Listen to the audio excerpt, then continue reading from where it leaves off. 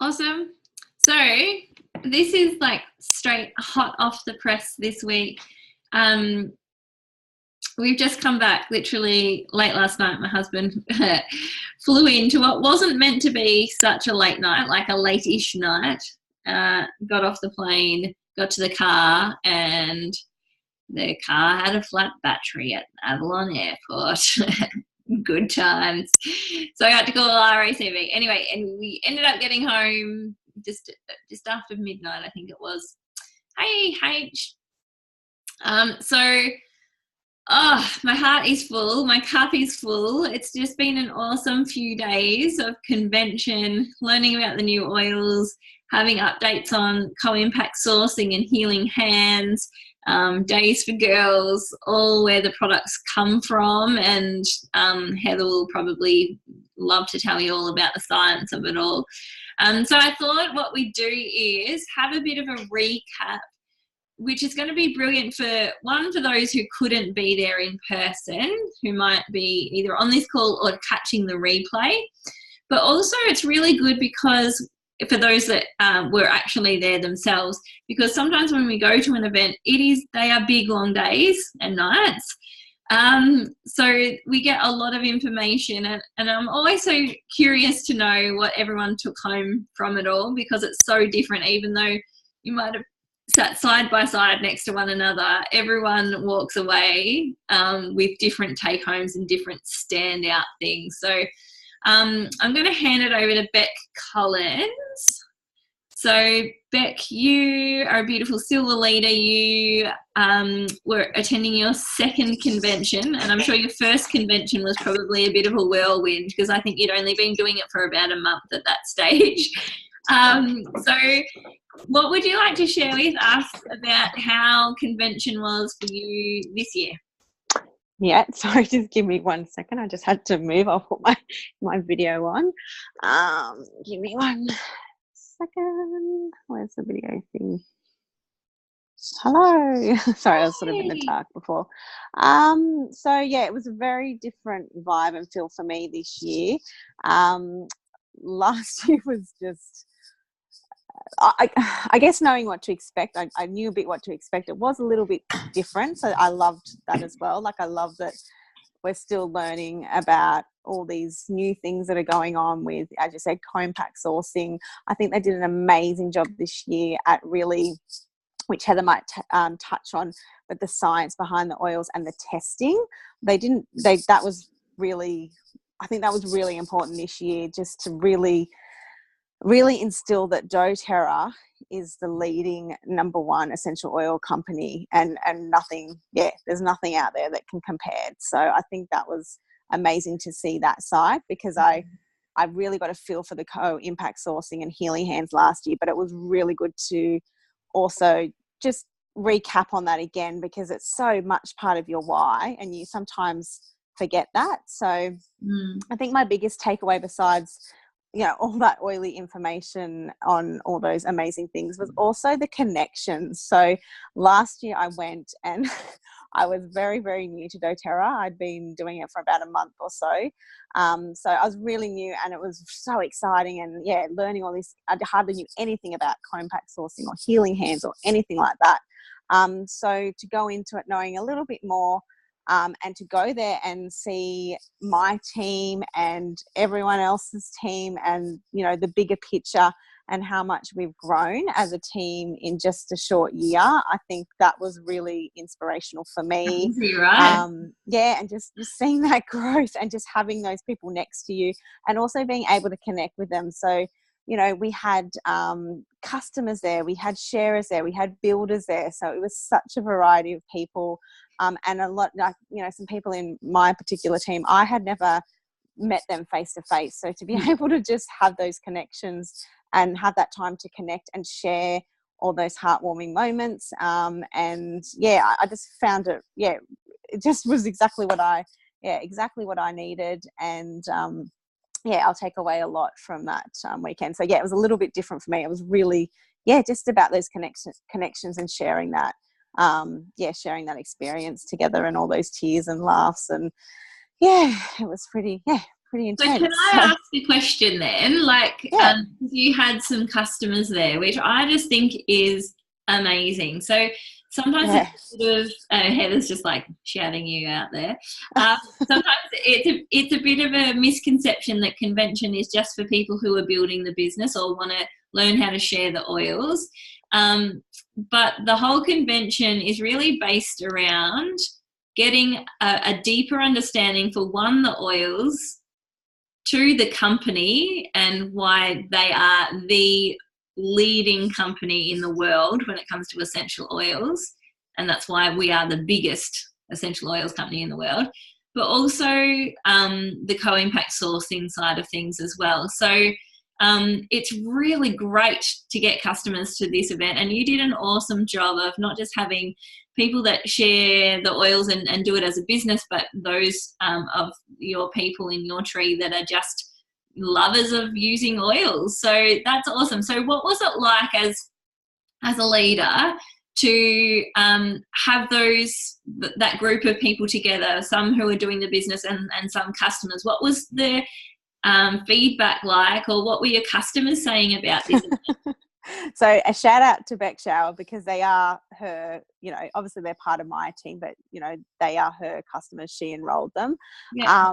But obviously, we work closely as a team. So like I know them. I've just never physically met them. And Beck had only known one of them. So one actually lives in Brisbane, and she flew down for the event, which was really exciting. And they are so excited to come next year, which is so good. So they can't wait to come along. Which is in Melbourne, if you didn't already know. Yeah. So all my team is literally Sydney and a few in Brisbane, Queensland. So everyone's super pumped to visit Melbourne and make a big weekend of it, which is exciting. I've forgotten what the question now, but was it just the variety of, the customer experience? Yeah. So, like I think for them, it was probably over. I haven't spoken to them personally. One of them wrote a quick message today just saying that she absolutely loves, she's seen Beck and I chat today, and she's just like, you guys, your passion, I just love it. Absolutely love it.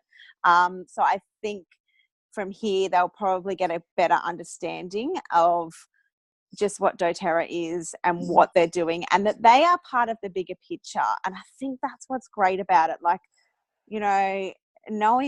walking away knowing that they're making a difference, even if they're not physically, doing the business out there, but by purchasing their oils, every month or whenever they do here and there, buying those bottles of, Plant Magic has a far bigger picture, whether it's supporting the farmers, whether it's giving these, women and things that had no other opportunities, ways to have jobs, kids have education. I was blown away at some of the things that, these oils are doing, and, all this co-impact sourcing, especially in Nepal, like the before kids had like a 1% chance of survival, and doTERRA coming in there and providing these jobs and all these extra things that they need to survive, it's gone up to 33%. So there's just amazing work being doing. So I hope from that they can just see that they are big, customers are part of this bigger picture, and they're supporting people in more ways than they truly know. So, and I think too, coming away from it, they'll feel a sense of community as well, like not only a community as in the doTERRA community, but I also think in our bigger tribe community, that they know that, there is this bunch of people that are just ordinary people that are really passionate, and wanting to help others, and just, we're all there for the love of oils and what, how it has supported, ourselves and our families. So I think that's part of the takeaway as well. And obviously all the oily funness with all the, I was saying, I got there and I was really upset. I was like, oh no, that little table where they had those oils before you came into convention and smell them. I'm like, oh my God, they didn't have it this year. I'm like, that's so sad. And it was just one bottle of each oil, but it was just so good to sniff it and smell it.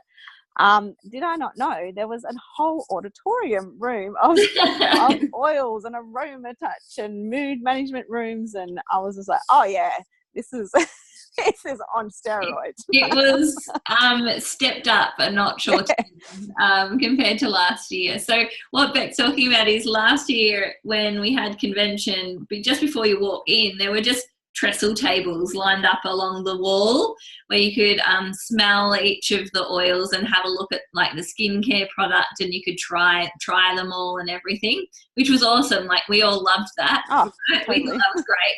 But this year it was just this big, it was like this interactive display room and showcase room where you could go. There was even a silent disco that I went to. Heather, I got my silent disco fix.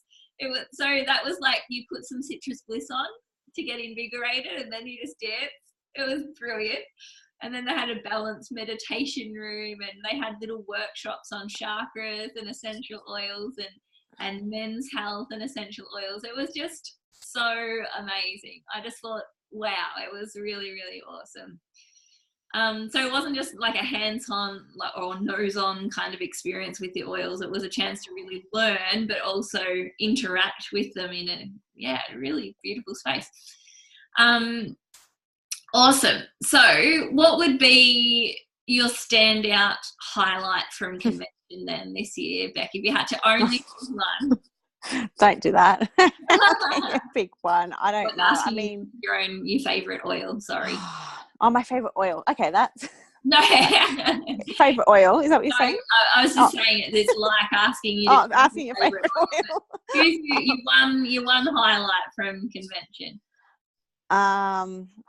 There's definitely one. I feel that's, obviously there's 2 days. I felt like Saturday was just the day of tears, and yeah, it was pretty raw and emotional Saturday. So and just for those who weren't there, what do you mean by that? Because I don't want anyone thinking it was some kind of therapy session. And just no. So the first half of the day, we learned a bit more about the science and the testing and things like that. But then we really got into some amazing speakers. I think Jill, I don't remember her name, but I found her inspiring, because the theme of doTERRA was focused on dreams. So a lot of the speakers shared some of their tough times, and where they've come and how they've come out of it, and what they're doing now, like what their dreams are and how they're fulfilling those with their abundant pipeline that they've created. And these dreams aren't like, I want a flashy car and I want the biggest house, and these dreams are things that are to help other people, and it's just absolutely mind-blowing. So I guess it's the stories behind the people, and just I don't know, I guess it's the stories behind the people, and I think for me, connection. It was just all about connection, and just I don't know, just having that connection in lots of different ways. I don't know, it's hard to make sense. It really is one of those experiences that you can't even put it into words unless you are there. Like it's like it'd be good to I don't know who else is on this call, but for the girls that were watching us go last year, and then for them to have gone this year, and now obviously they saw it through our eyes last year, but then they actually witnessed it this year. So I saw that through them, and I was like, I could just see what you're experiencing right now. Like it was really good. So even seeing that was a real highlight for me too. So, and you had a bit of a special Saturday afternoon, which I was so wrapped about. So I'm like, what did I? Yeah, okay. That's so right, Saturday, reflection. like Beck said, it's a pretty emotional day, I found. Like there's lots of really touching stories on the co-impact sourcing and just the difference that doTERRA is making in the world by partnering with communities all over the world, and also what wellness advocates are doing, just they're off their own bat, just making a difference in the communities, giving up their time to do, once a week to do aroma touch hand massage in nursing homes, or to donate their time and make what are they called? kits, the Days for Girls kits for sanitary pads and things like that, so girls can actually go to school instead of being shunned away in a cow shed where they are scared and frightened of being bitten by snakes, scared and frightened of men coming and raping them and even being killed. So these women give up their time to make these kits to send overseas to places like Nepal and Kenya, which is just amazing. So it's just a heart-opening experience. And then after lunch, we celebrate our newly ranked silver, gold, and platinums. So last year, Beck saw this whole thing happen, and this year you actually got to cross the stage as a silver leader. So what was that experience like for you? Oh, it was fun. I didn't think too much of it beforehand, but I think too because I didn't know anyone, and I was like, oh, this is a bit daunting. Not that I didn't know anyone, but obviously when I was going to do my walk, I'm like, oh, I don't even know anyone that's doing the walk, and this feels a bit strange. And but the universe, as it has it, in front of us, it's a long story, but anyway, in front of us, a lady sat down literally in front of me, who I'd actually met at convention last year, and I actually shared a room with her. It's a long story, but yeah, it's one of Carla's best friends, other teams. And anyway, so we've just kept in contact through Facebook and things like that. And when she sat randomly down in front of me, I just tapped her on the shoulder and said hello. And then I knew that she'd also ranked silver since last convention, and I asked her if she was doing the walk as well, and she's like, yep. And she was feeling exactly the same way as me. So I'm like, well, let's do this together. And so obviously the two of us went in there, and by the time we got on the stage, I think we've made about 5 or 6 friends along the way. So no worries about if you're walking by yourself, because you're gonna make so many amazing friends. We got to meet all the the company, the people behind the company. What do we call them? The corporate. So all the corporate were there cheering us on, which was awesome. So Mel was there, Adam was there, what we call him the big cheese. So Rob Young, got to give him a high five, got a selfie. So they were all there like cheering us on, which really kept up the vibe. And all the corporate team, like they were all there, just all of them that were on stage. It was awesome. It was absolutely amazing. So the vibe was really, really really high in there, and everybody was just so pumped. And what's it like then when you go out on stage and you see 4,000 or 5,000 people in front of you clapping, and all the leaders up the front just like yelling? It's the only way I can explain is like it's a bit similar to when you get married. It's such a hype, and then you get out there and you're like, oh my god, it's over. How did that even happen? I'm like, so yeah, no, it was fun. It was really cool, really good to see everybody just cheering you on. And it's such a team collaboration as well. So yeah, to have your team there, cheering you on and everything as well is just really, I don't know, it just really cements it, I guess. It's like, you've worked really hard, but sometimes, you need to reflect on that. So it's kind of like a moment to actually reflect on that and go, hey, yeah, this has happened. Like, because what happens is sometimes you might get to another rank or whatever, and then you're so focused on getting to the next rank, and you kind of forget, that, wow, I was, I am here, I was here, I did this. And so I think it's a really good reflection of that. And to be able to share it with everyone else is really awesome. So good. Awesome. Thanks for sharing. No worries. I thought I might throw it to Stella. Are you able to chat, Stella?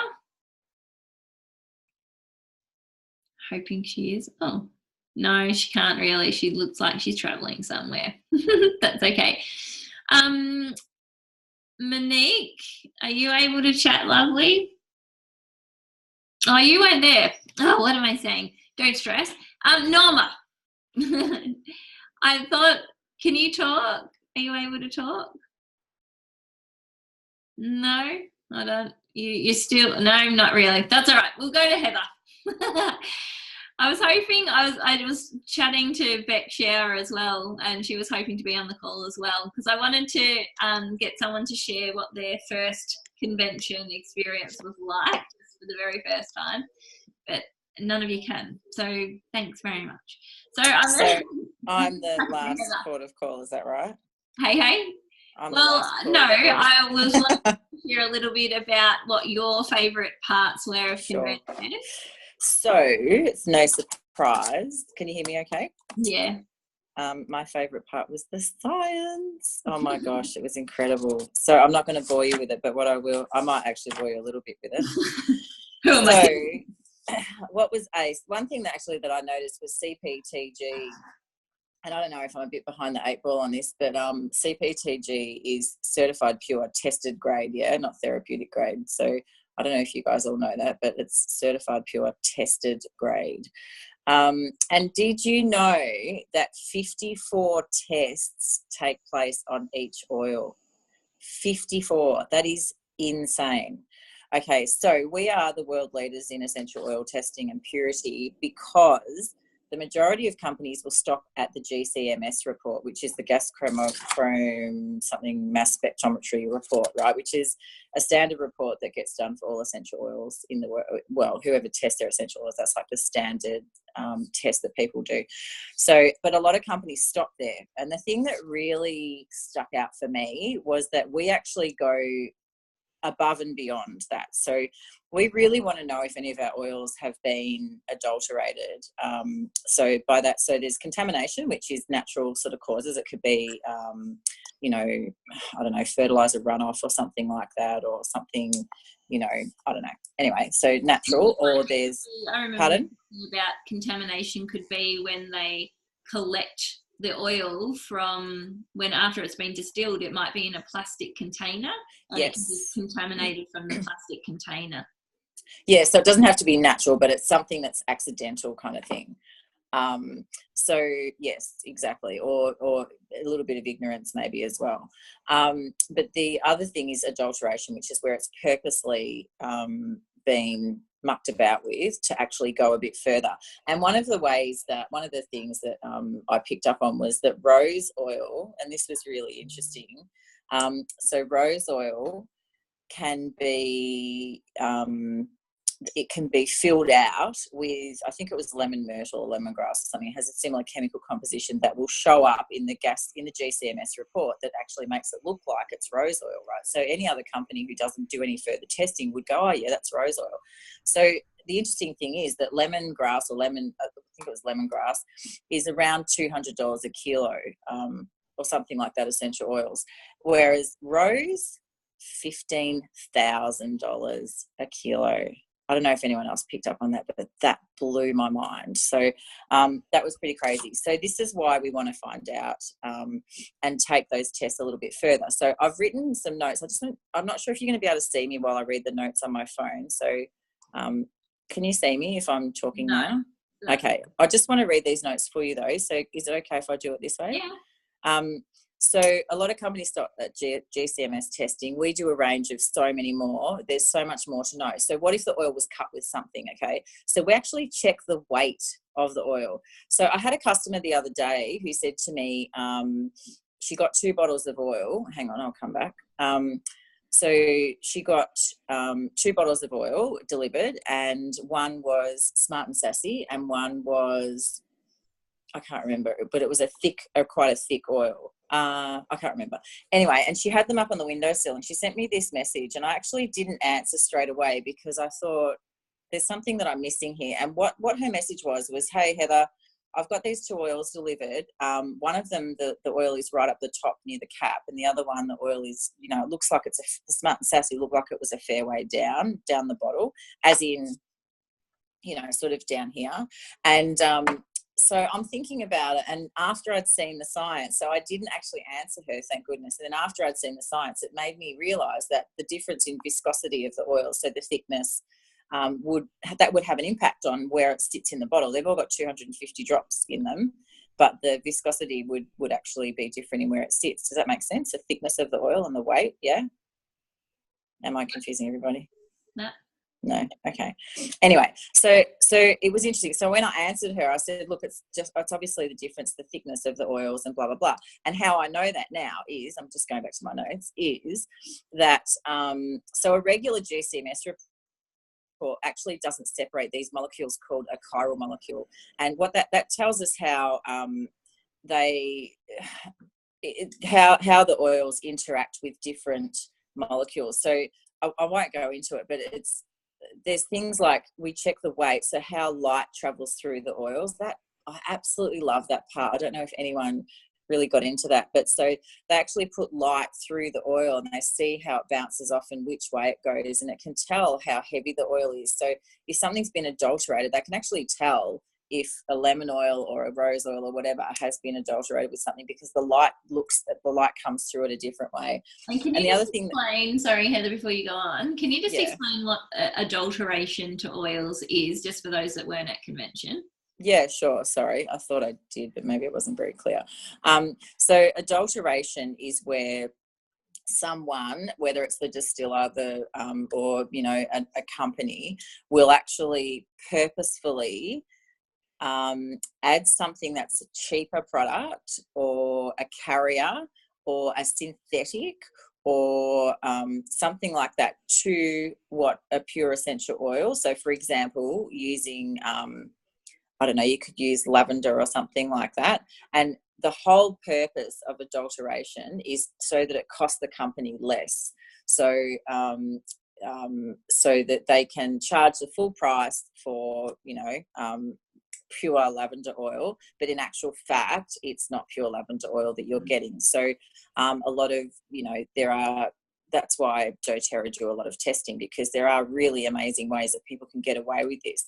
And one of the things that the doctor, what was his name? I can't remember his name. I wrote it down somewhere. That gorgeous doctor who had a big fraud stamp over his reports on some oils. He was from the APRC, which is the Aromatic Plant Research Centre, which is a third-party testing facility who test a multitude of essential oils around the world. And he actually said that doTERRA are the best, the most tested oils in the world that he's ever come across. And so, I've got feedback. What's going on there? It's all good on my end. Okay, so just see it hasn't. Someone's. Yeah. So. I forgot. I've lost my train of thought now. So he was saying that that's right. There are companies out there that actually spend more money on learning how to adulterate their oils than they spend on testing. And that was just a statement that I just thought, are you kidding me? People actually spend so much money on making sure that they can rip everybody off. Basically, that's what it's about. So maybe I crossed the line there. Is it okay? Anyway, you asked me, so that's how I see it. You good with that, my explanation of adulteration there, Carla? Okay, she must have muted. Sorry, I was giving you a thumbs up and said yes. Oh, okay, beautiful. So the other thing that I found, the carbon-14 testing, so not to go into it, but carbon-14 testing tells that with adulteration, whether things within the oil have come from living life, like living plant life, or something that's dead. So in fact, synthetic or whatever. So for example, an essential oil from a natural plant will have a higher concentration of carbon-14, and this tells us that an oil with a higher concentration of carbon-13 is from petroleum. So so they look for carbon-14 and carbon-13. So that I found was really fascinating, because I didn't know that there was such a way to do that, but they can actually tell by putting this oil through this particular testing tube that it picks up if there's more carbon-13, it means that it's got synthetics in it. So it means that it's not all from naturally derived sources, which is just incredible. I love that we have these incredible facilities to do all of this testing. So for my mind, the whole thing on the science, and whether I've totally lost you or bored you or you love all of that like I do, it just really made me have doTERRA on a higher level than I ever have, as far as purity and testing. And the very last one that I want to share with you is they do this test called I think it's called open packaging. Hang on, let me have a look. Open package stability.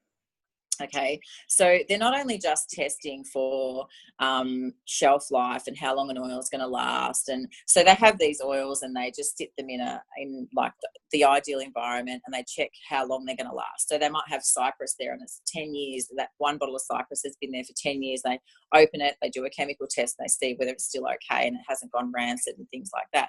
But they actually go this one step further at doTERRA. We do. And we do this test called open package stability. So someone, not a scientist, but someone in the office or in the testing facility actually goes and opens up a bottle every single day, takes the lid off, exposes it to oxygen, smells it and tests it, because that's what we do every day, right? So they're using it in these the ways that we use it, and then they check for the rancidity and all of those sorts of things to see if it's gone off. So I love that they just go so above and beyond, like, and for everything that is doTERRA is exactly like that. It's above and beyond. So yeah, that's all I want to talk about with science. I'm sorry. I just I do love all that. I just love that, you know, that we do all of those extra tests, and that we are the world leaders in testing essential oils, and we have the purest essential oils in the world. And I've got one more comment. When at the very beginning, when APRC started testing our oils, their experience, and this is from the doctor, I can't remember his name, but his experience was that a lot of companies would say, okay, well, we'll accept such and such adulteration, or we'll accept such and such contamination. And when he turned around to the owners of doTERRA and said, so he had a batch of, I can't remember the specific oil, it might have been lemon myrtle or something like that. And he turned around and had a batch of oil, and he said, he got it pretty, he said, this is a pretty pure product. And he said to, I think it was Rob Young, what's the acceptable amount of adulteration or contamination that you will accept within this batch of oil? And Rob Young turned around and said none. And he said he was so shocked by that, because in the past he hadn't come across that. And he said, well, I don't know if we can get the oil to have none. And he said, well, we don't want the oil then. So I love that they're so black and white with that. Like, how cool. Oh, we're pretty lucky, right? That's pretty ace, don't you reckon? I mean, that's pretty insane. 100% pure, 100% perfect. That's all that we accept. So, you know, that was massive for me. That was a massive takeaway for me. So awesome. For me, it was that reminder with all of the science and the backing. It's that reminder that we really need to differentiate ourselves and really help people to see there's a difference between essential oils and doTERRA essential oils, because often we talk about, and this is how you can use lavender, and this is how you can use lemon, and all of that. But I think we are so in the right industry. We have this product that not only do people want, but there's a growing interest in essential oils, that they are found now at Kmart. Yeah. But we really need to be clear when we're communicating every single time that this is so different to a lavender at Kmart or a lemon from the health food shop. Like, this is the cream of the crop when it comes to oils. And I'm disappointed that the only disappointing thing out of convention was the Dr. Nicole Stevens, who Heather and I got to hear speak at Salt Lake City. She's incredible. And I loved her. At Salt Lake, she said this, but she didn't go into this as in-depth as I was hoping she would. But she actually used to work, is at Roseman University, and she'd been studying essential oils for years and years and years, and had been seeing these results of how they can work and what they could be used for come through. But it was equally frustrating because she wasn't getting, when she was testing different companies and different batches of even the same company, but a different batch, she was getting inconsistent results. So she's just like, I know it's there because I can see it, but then why isn't it there the next time I test a different batch? And it wasn't until she started studying and, you know, doing all the tests on the doTERRA oils, this is before she had anything to do with doTERRA, that she was getting consistent results. And she's just like, yes, this is what I've been looking for. So you can't argue with science. Like, that's just... No. I just think that's so awesome, and I think it's so important as wellness advocates that we really share that and we really highlight that difference to everyone that we're speaking about, because there's so many more people that are looking for essential oils, but unless we educate them on the difference between essential oils and doTERRA essential oils, they're going to just go for the cheap stuff at the pharmacy or wherever they can get it. So can I just share, I just wanted to elaborate a little bit on what Beck said, if I may, for another 2 minutes. Is that okay? So with the statistics of how we've made a difference in Nepal, I wrote a few of those down, which just are mind-blowing. So we've actually doubled the price per kilo of wintergreen in Nepal that our growers get paid, which is incredible. And what it's done is it's lifted the access to nutritional food for a family from 1% of families being able to access nutritional food to 32%, which is incredible. We've also the adequate housing availability has gone from 1% up to 19% with ventilation systems in the houses, because what they do in winter is they actually light a fire in the middle of their lounge room floor, and they light it with anything that they can find, and they often end up with pollution, you know, like synthetic pollution and all sorts of horrid pollution in their bodies, because they don't open the windows and doors and things like that. So these houses that we're building or that we're helping them to gain access to, is now 19% of families have got access to adequate housing. The infant mortality rate has gone from 120 infants in 1,000 would be dying, that's pretty high. So we've reduced that by 33% to 80 children in 1,000 now. So that's pretty amazing. And it's so good. And school attendance was 5%. And it's now 45%. And this is all because we've doubled the per kilo rate of payment for wintergreen, amongst other things. So that was really like that. Those statistics, I love. You're crying, Cal. I'm not crying, you're crying. So incredible. It was so incredible. And that's the thing. That was us all day Saturday. Yeah, all day. It was just incredible to see the difference that we're making. So the overwhelming thing that really, the co-impact sourcing in any of the countries was the farmers. So there's farmers who supply peppermint, right? And they supply peppermint and spearmint to Colgate and big companies like that. Not let's say company, to big toothpaste companies. And they also, they used to, and they also supply to us as well. And what blew these farmers away, and all of these people who are involved in co-impact sourcing with doTERRA, is that we actually go and visit the farmers. We visit the houses, we find out what their lives are like, and never before has anybody they have ever supplied oils to, ever, has ever paid any attention to the growers, ever, to the farmers. They actually don't care. They just get their oils and off they go.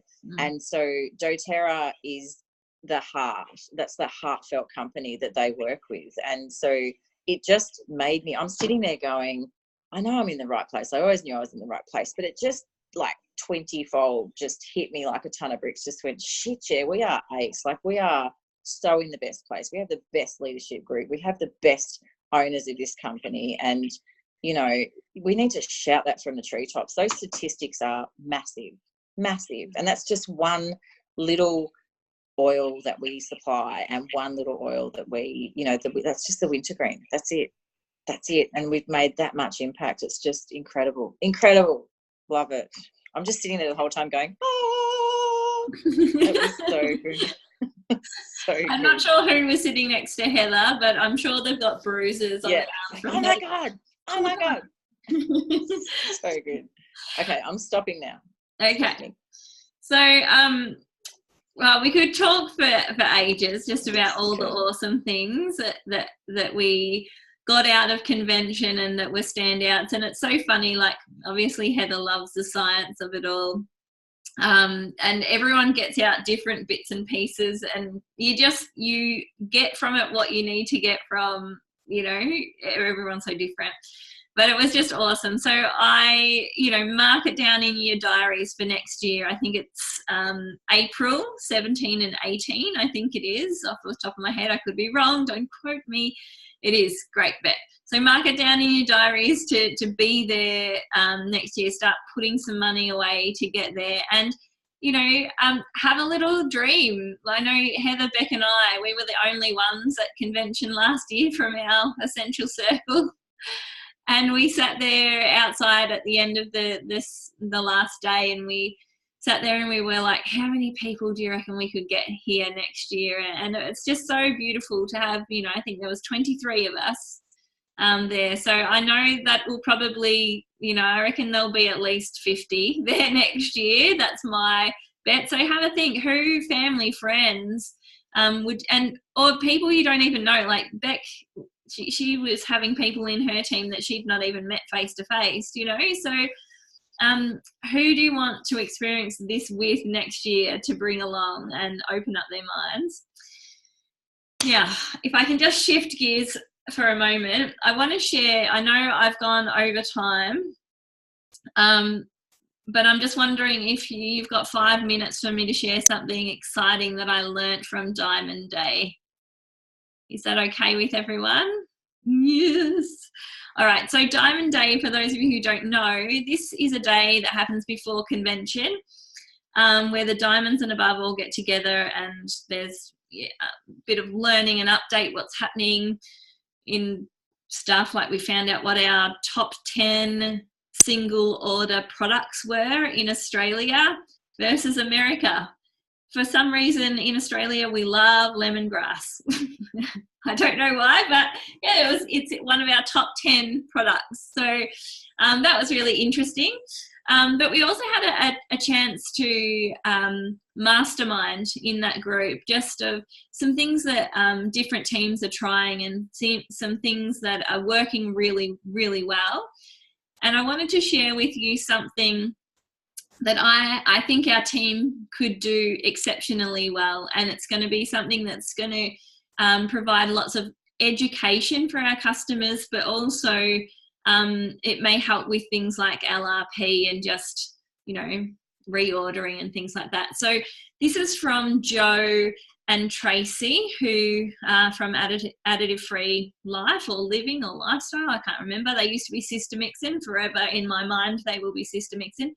They are a blue diamond team. And what they do in their team, they have this spreadsheet, which sounds boring, but stay with me. They've just planned out every week of the year. They have a theme of one product. So it could be, this week it could be lemongrass, good old Aussie favourite.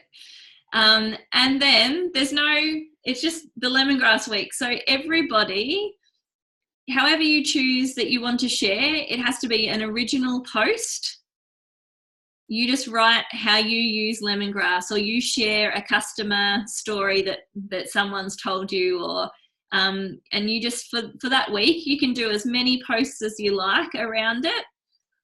But the beautiful thing, they said what was working really well is because in their team, and I'm sure it'd be the same in ours, people they're in the Essential Circle group.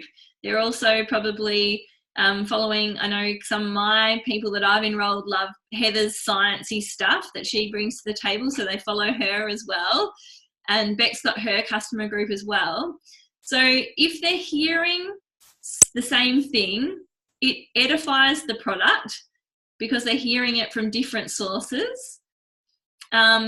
And then we also know that by people hearing it a number of times, it helps them to think about how they would use a product, and really goes, oh, it's a worthwhile thing me having in my collection or in my home, in my life. I might need that product.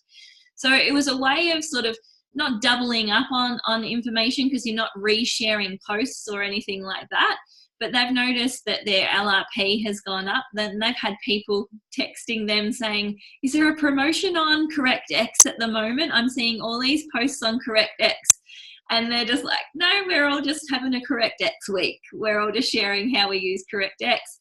But people were buying Correct X just because they were seeing other people post about it. So I wanted to throw it out to you guys to see, is that something you'd be open if I did up a bit of a spreadsheet? And when I say I mean get Harry to do it. If I did that up and just said, okay, this week is this, would you guys be open to sharing on your personal page, in your groups, or on your public business page, the product of the week, and just see, we'll trial it for a couple of months and see how it goes? Yeah, sound good?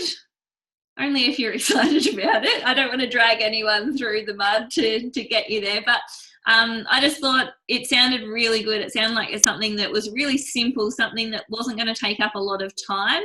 I also thought it sounds really good for perhaps those people who are less confident in sharing, that it'll help them, or even just customers in general, but sharers, I was thinking it will help them learn about different products as well, and give them some confidence in some perhaps products that they haven't experienced or got a personal story about yet. How's that sound?